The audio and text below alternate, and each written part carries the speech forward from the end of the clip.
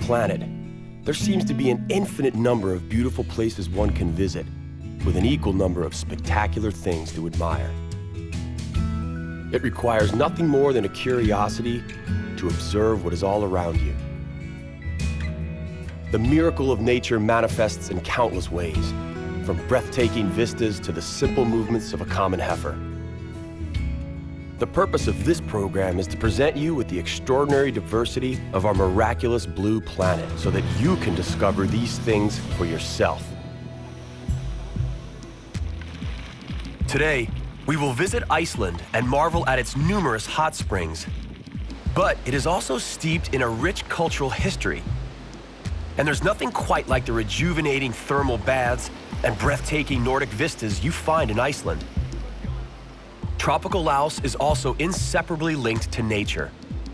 Only here, monochromatic white glaciers are replaced by lush green scenery. We will lose ourselves in the intricate cave labyrinth of the Laotian underground, only to re-emerge into the sunlight and get up close and personal with the water buffalo on the Mekong River. But first, Iceland beckons.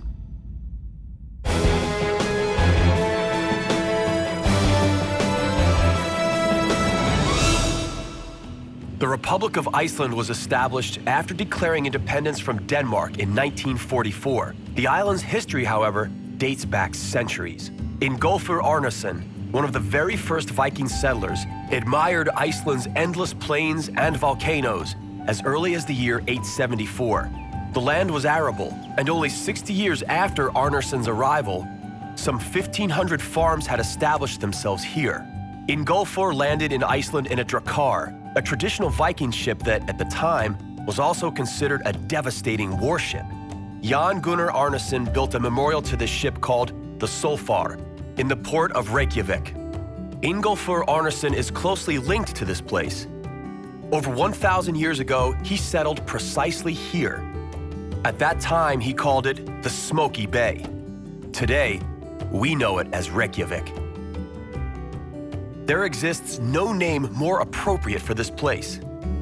Fuming hot springs rising from the underground at temperatures between 98 and 102 degrees Fahrenheit are ever present. There's no reason for Icelanders not to bathe in them all year round. However, the most famous Reykjavik bath, the Blue Lagoon, isn't natural. It came about as a direct result of the Svartsengi geothermal power station, which releases processed water back into nature. Why not make use of such a handy byproduct for a bit of fun and healing? The Blue Lagoon water is rich in silicon dioxide. It is beneficial for healing skin disease such as psoriasis. However, the white masks are the main reason why people go into the warm water. This is some pretty amazing mud. It cleanses, nourishes, and rejuvenates the skin.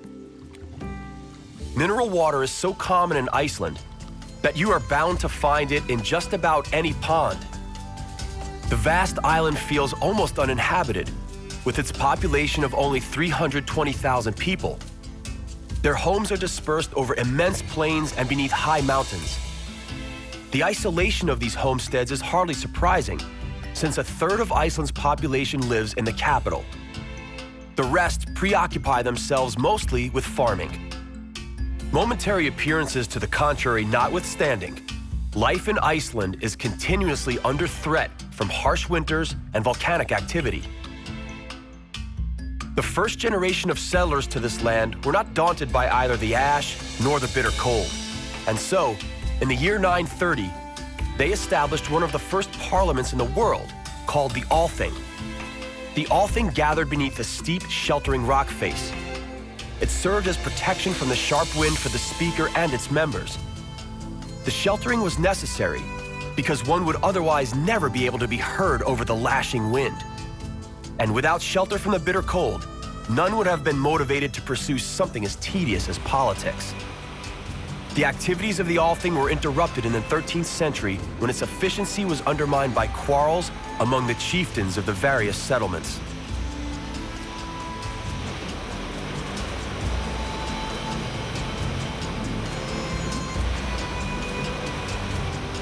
Several rivers, fed either by water from underground sources or from thawing glaciers, flow from inland to the sea. The longest, Pjorsa, is only 230 kilometers long. The shortest ones measure just several hundred meters. Each and every one of its 17 waterfalls are unique in one fashion or another. Its hostile and mostly barren landscape strongly resembles that of New Zealand.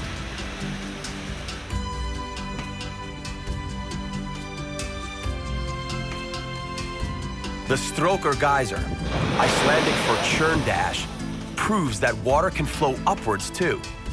Strokkur first appeared in 1789 as a result of an earthquake. 100 years later, another earthquake caused it to cease. It was only in 1963 that the locals uncorked it, enabling Strokkur to happily explode and sputter on, just as it used to. Magma heats the water to 120 degrees Fahrenheit. As the water cannot evaporate through boiling, it simply erupts every 10 minutes in a 20-meter-high geyser exploding from its depth of 23 meters. The mineral-rich water creates mineral as well as sulfuric sills. In Iceland, these encounters are commonplace.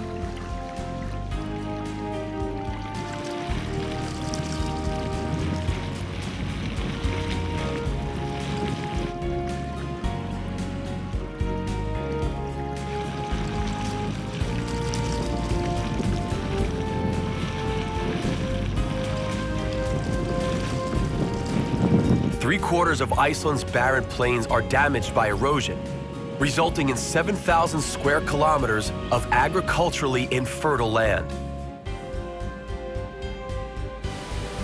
Geysers and hot springs aren't Iceland's only attraction.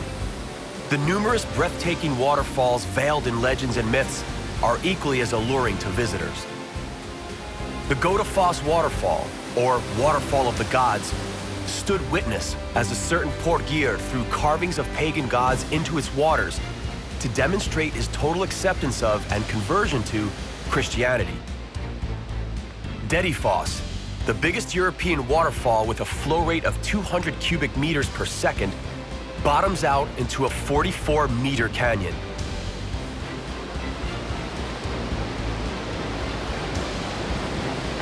More than 1,000 years ago, the Vikings introduced a very special breed of horse to the island. All these years later, this horse has earned its right to be considered part of the Icelandic family. The Icelandic horse has adapted well to withstand the harsh winters. It also has a rather long lifespan. The Icelandic government prohibits the importation of other horses or the return of previously exported horses back into the country.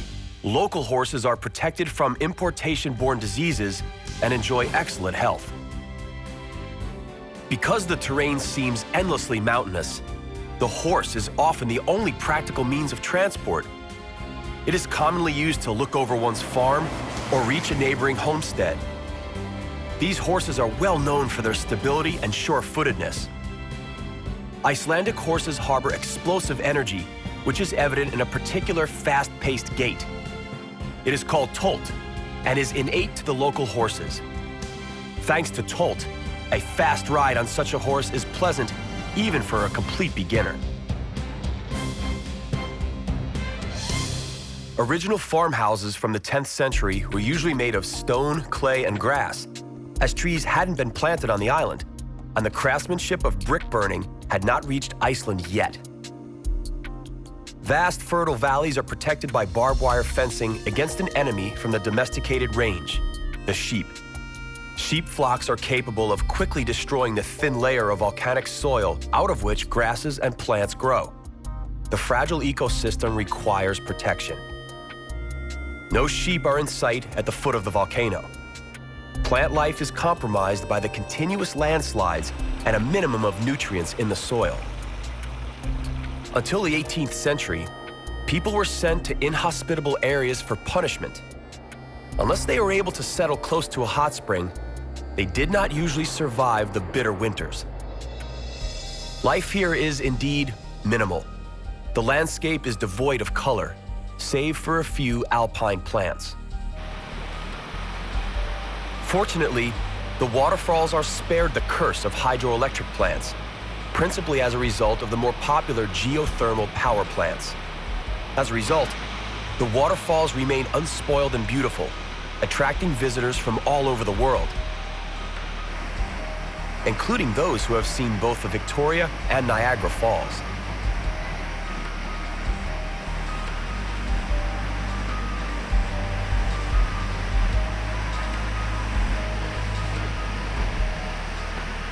Let's take a look at some of the local culture. We're at a traditional Viking festival where past and present are entwined. Icelanders, seen here feigning the battles of their ancestors, may be separated by a couple of centuries from the real Vikings, but genetically speaking, they are very close. Iceland is something of a genetic tin. Iceland has never had mass immigration. The largest immigrant population comes from Poland.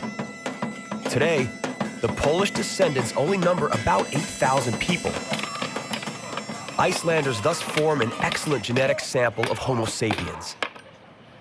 Icelanders today are less warlike than their descendants, but Viking blood still courses through their veins. Icelanders are also known for their love of singing. Two Icelandic singers that are internationally known are Sigur Rós and Björk. They take great pride in Tvísöngur, a duet which apparently gives every real Icelander the shivers. Paul Logason managed to throw a 140-kilogram stone over the hurdle 10 times and has become the definite winner of the competition. The origin of the traditional Viking festivities is not merely a way to pass the time. The disciplines that have been carefully selected are designed to develop dexterity and speed, historically indispensable qualities during raids. The maidens are trying to beat the drum at the blindfolded Vikings' feet. And here, ear-pulling tests the threshold of pain. Iceland is also a place of tranquility, natural balance, and almost meditative nooks.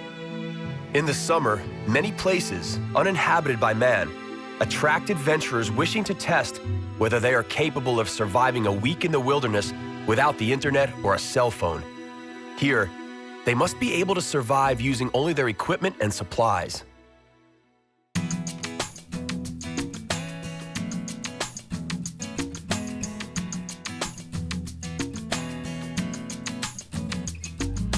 This seems the place from where the name Iceland would have come.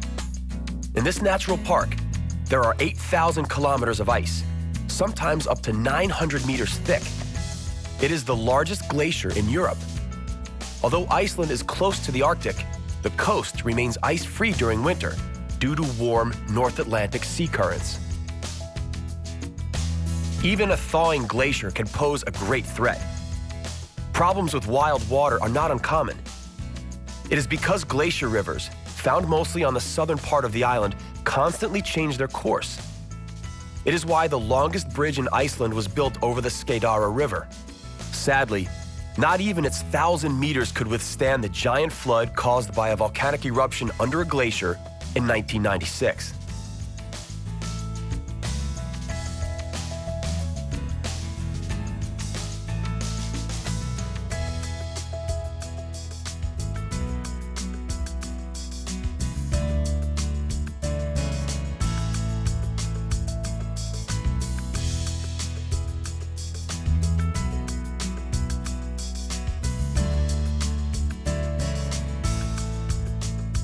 Looking at the mass of thawing ice, one cannot but ponder the question of global warming. It could bring a fast end to the glacier.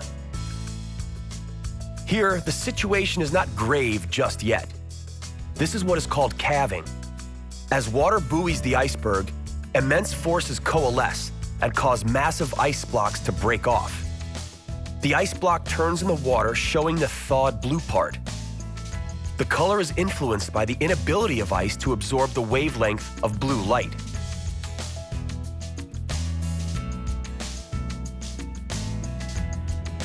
Considering the innumerable natural phenomena and vapors rising into the air, it is no wonder that Icelandic culture is replete with myths and fairy tales. They consider dwarves, elves, and gnomes to be inhabitants of their world and call them the hidden people.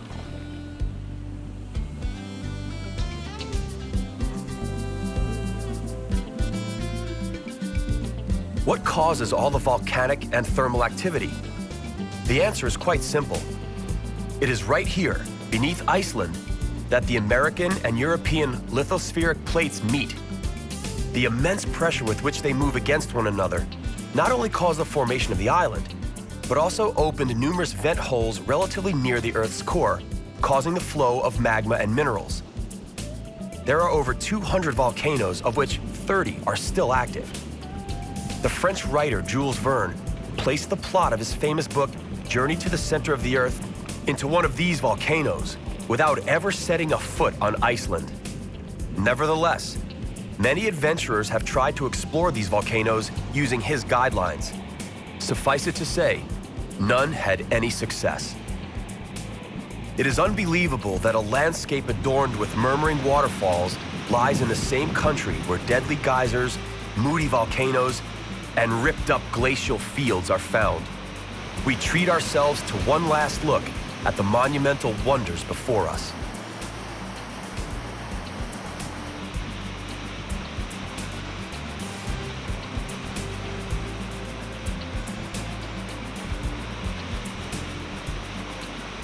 Our journey through Iceland is nearing its end. It was accompanied by the ever-present smell of hydrogen sulfide and an immense amount of energy produced not only from the Earth's core, but also in glaciers, waterfalls, and humans. Should one try to remember a typical view that symbolizes Iceland, it would probably look like this tiny Earth vent, which just won't come to its senses and keeps spouting hot vapor from the Earth's open veins.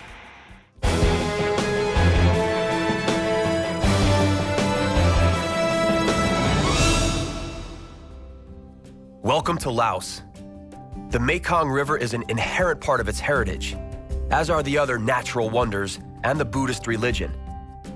Laotian history traces back to the 14th century, but modern Laos, as we know it today, was founded in 1945.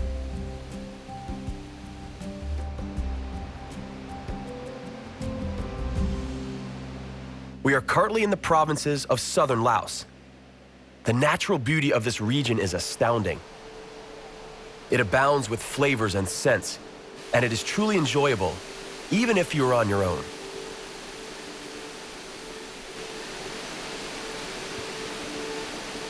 The real treasure of southern Laos is the unpolluted and abundant water source.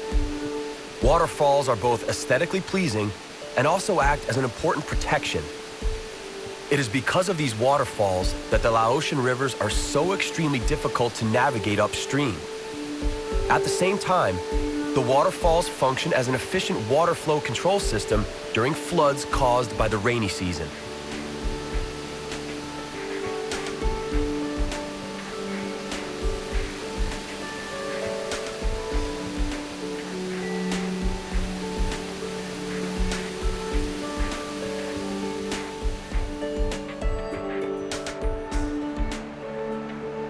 Tranquil waters from Laotian rivers and benign jungles lined with high mountains make up only a small part of Laos.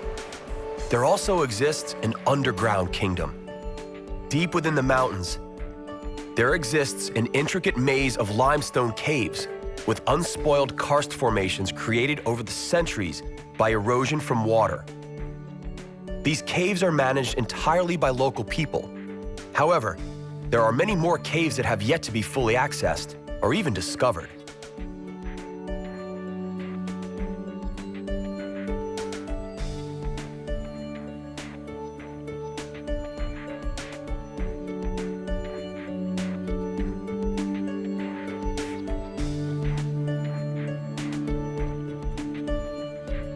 Nikola Tesla sang praise to the waterfalls as an inexhaustible source of ecological electrical power for all sorts of appliances. Laotians guard their waterfalls carefully, both against pollution in their vicinity and also against the greedy intentions of various energetic concerns. It is thanks to this mindful approach that allows us to interact in harmony with nature.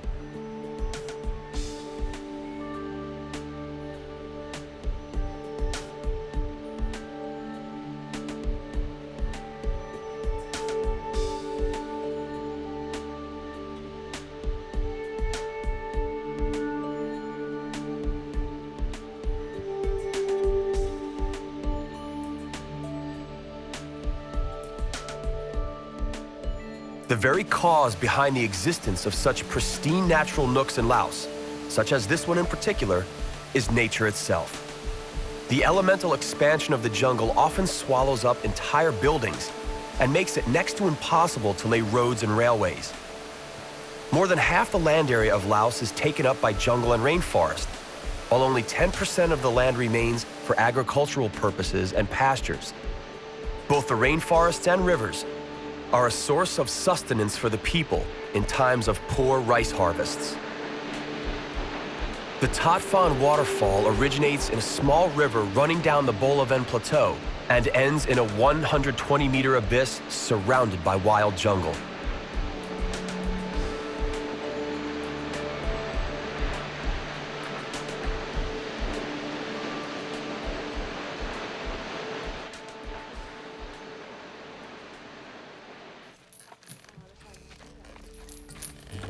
Laos is sometimes referred to as the Kingdom of a Million Elephants, even as the numbers of elephants living in the country are decreasing due to poaching and the relentless expansion of civilization.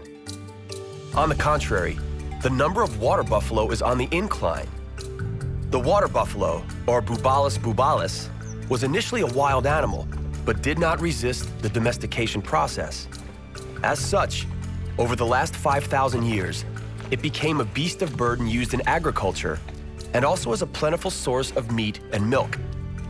Due to their great numbers, 153 million animals in Asia alone, the water buffalo is nicknamed the living tractor of the East.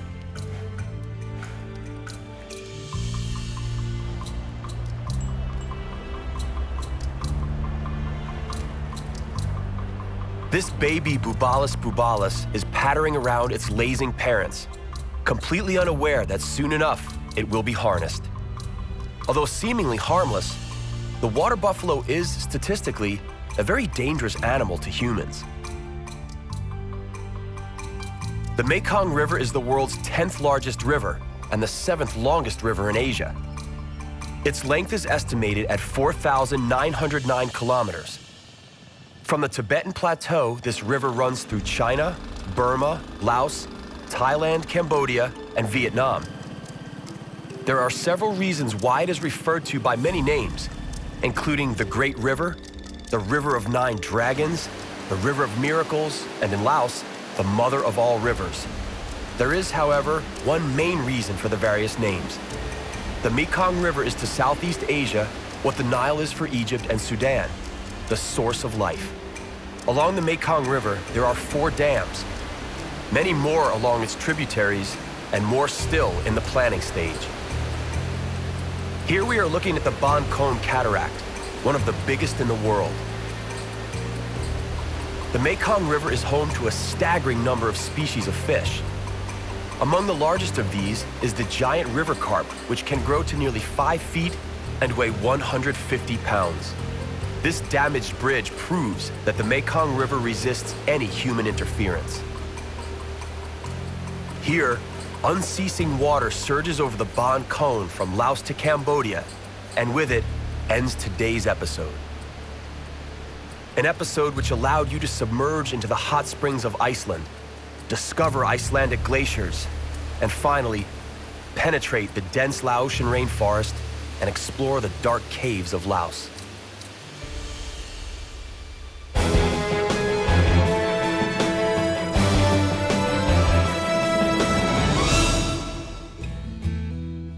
Our journey to the miraculous nooks of our planet comes to an end, for now. On the next exploration of our compelling and bountiful planet Earth, we will enjoy visits to 3 different gems of the European continent. Starting off in the north, we will explore the pristine mountains of Lapland. From there, we will attempt to conquer the peaks of the Swiss Alps. From the Alps of Switzerland, we will go to France, where, in the wine region known as Champagne, they know a thing or two about making the best wines in the world. Then, we will end adventure in Gibraltar, one of the pillars of the ancient world.